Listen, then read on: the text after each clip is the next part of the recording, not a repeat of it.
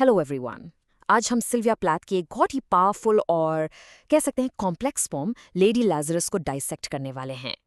देखिए, पोयम की शुरुआत ही कितनी अचानक और स्टार्टलिंग है। I have done it again, एकदम कैजुअल टोन में, जैसे कोई रोज का काम किया हो। स्पीकर कहती हैं, मैंने फिर से कर दिखाया है। पर क्या?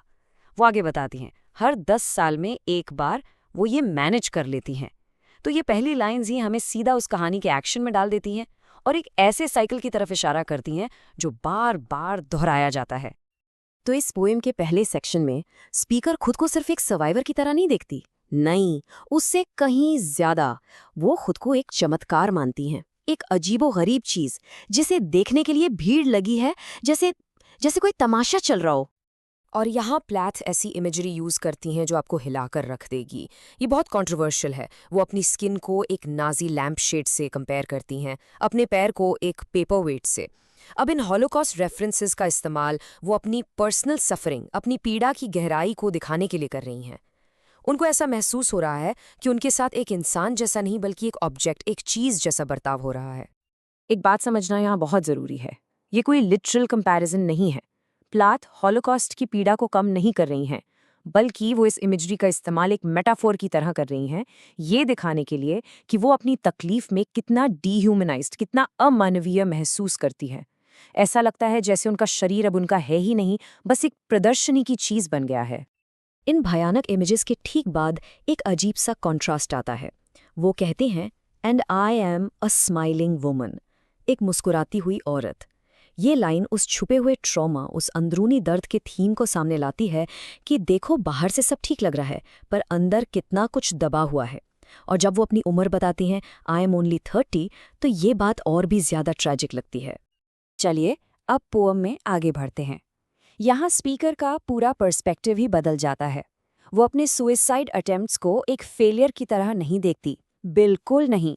वो उसे एक आर्ट, एक कला मानती हैं, एक ऐसी क्राफ्ट जिसमें उन्होंने मानो महारत हासिल कर ली है।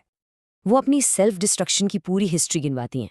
पहली बार जब वो सिर्फ 10 साल की थीं, जिसे वो एक एक्सीडेंट कहती हैं। दूसरी बार 20 साल की उम्र में, जब उनका इरादा पक्का था कि इस बार बचना नहीं है। और अब ये तीसरी बार है। आप देख सकते हैं कि हर अटेम्प्ट के साथ उनका इंटेंशन और भी ज़्यादा स्ट्रॉन्ग होता जा रहा है। ये शायद इस पोएम की सबसे फेमस लाइंस हैं। मरना एक कला है, हर चीज की तरह, और मैं इससे बेहद अच्छे से करती हूँ। यहाँ स्पीकर के टोन में एक अजीब सा कॉन्फिडेंस है, एक गर्व है। मौत उनके लिए कोई हार नहीं, बल्कि एक स्किल बन गई है जिसमें वो खुद को एक्सपर्ट मानती हैं। ये सोचकर ही अजीब लगता है ना? लेकिन उनके लिए असली प्रॉब्लम मरना नहीं है। असली प्रॉब्लम है ये थिएट्रिकल कमबैक, बार बार जिंदा होकर उसी दुनिया में वापस आना। एक ऐसी दुनिया जहां लोग उनके बच जाने को एक एंटरटेनमेंट समझते हैं और चिल्लाते हैं, अ मिरेकल। इस वापसी से, इस तमाशे से वो थक चुकी हैं, उन्हें घुटन होती है। आपका फोकस उस भीड़ पर शिफ्ट होता है जो ये सारा तमाशा देख रही है। स्पीकर को ऐसा लगता है कि उनकी सबसे गहरी, सबसे पर्सनल तकलीफ को पब्लिक कंजम्पशन के लिए एक बेचने लायक चीज बना दिया गया है। ये मूंगफली खाती भीड़, यानी पीनट क्रंचिंग क्राउड, एक ऐसे समाज का सिंबल है जो दूसरों के दुख दर्द में भी एंटरटेनमेंट ढूंढता है। और जब उसके जख्मों की पट्टियां खोली जाती हैं तो वो उसे द बिग स्ट्रिप्टीज कहती हैं। इस मेटाफॉर से वो अपने ट्रॉमा को एक्सपोज करने के प्रोसेस को एक वल्गर, एक अश्लील पब्लिक परफॉर्मेंस से जोड़ती हैं। और देखिए, उसके अस्तित्व के हर हिस्से की एक कीमत लगा दी गई है। उसके निशानों को देखने का एक चार्ज है, उसके दिल की धड़कन सुनने का एक चार्ज है, और अगर कोई उसे छू ले या उससे एक लफ्ज कह दे तो उसका तो बहुत बड़ा चार्ज है। उसकी पीड़ा, उसका वजूद, सब कुछ एक मार्केट बन गया है जहां हर चीज बिकाऊ है। तो ये हर डॉक्टर और हेयर एनिमी है कौन? यहाँ जर्मन वर्ड हेयर का इस्तेमाल एक पावर डायनामिक दिखाता है।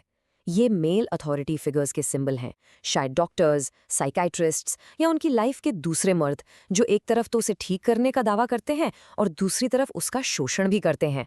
उसके लिए दोनों ही दुश्मन हैं। इन लोगों के लिए वो एक ओपस है, एक मास्टरपीस, एक वैल्यूबल यानी कीमती चीज। लेकिन वो एक ऐसी प्योर गोल्ड बेबी है जिसे पिघलाकर एक चीख में बदल दिया जाता है।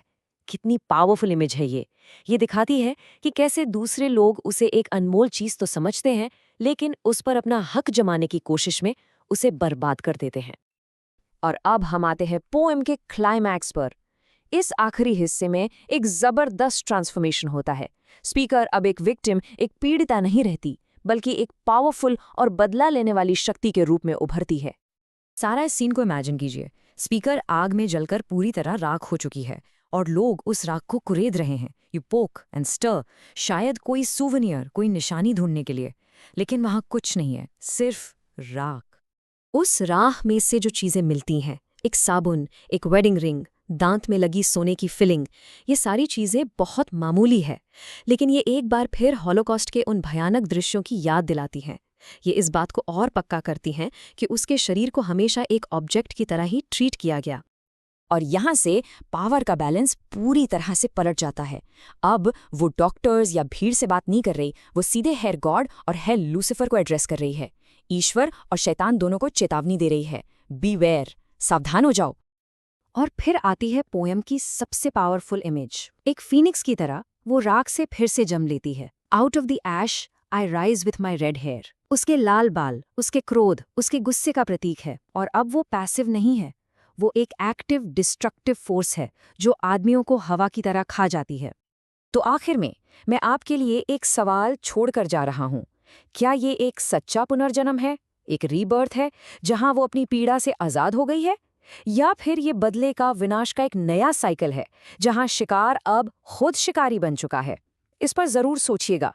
ऐसे और वीडियोस के लिए सब्सक्राइब करें।